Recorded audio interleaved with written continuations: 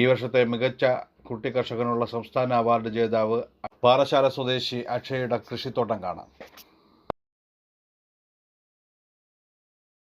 ഇത് മായ വെറൈറ്റിയിലുള്ള പാവലാണ്, വെള്ള കളർ. ഒരു 3 കാ, ഒന്ന് 100, ഒന്ന് 200 വെയിറ്റ് കിട്ടും.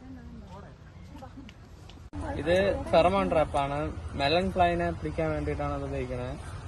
ഇത് നമുക്ക് ഒരു 30-40 ദിവസത്തിൽ ഇത് നമ്മൾ മാറ്റി കൊടുക്കും. ഈ ജമന്തി എക്കോളജിക്കൽ എഞ്ചിനീയറിംഗിന്റെ ഭാഗമായി നട്ടിരിക്കുന്നതാണ്. ഇത് നമ്മൾ കമ്പോസറ്റ് വെറൈറ്റിയിലുള്ള പ്ലാന്റ്സ് ആണ്. ഇത് നട്ടിരിക്കുമ്പോൾ കൂടുതലായിട്ട് ഇൻസെക്ട്സ് ഒന്നും ഈ നമ്മളെ മലക്കറിയിലും പച്ചക്കറിയിലൊന്നും കൂടുതലായിട്ട് അടുക്കില്ല.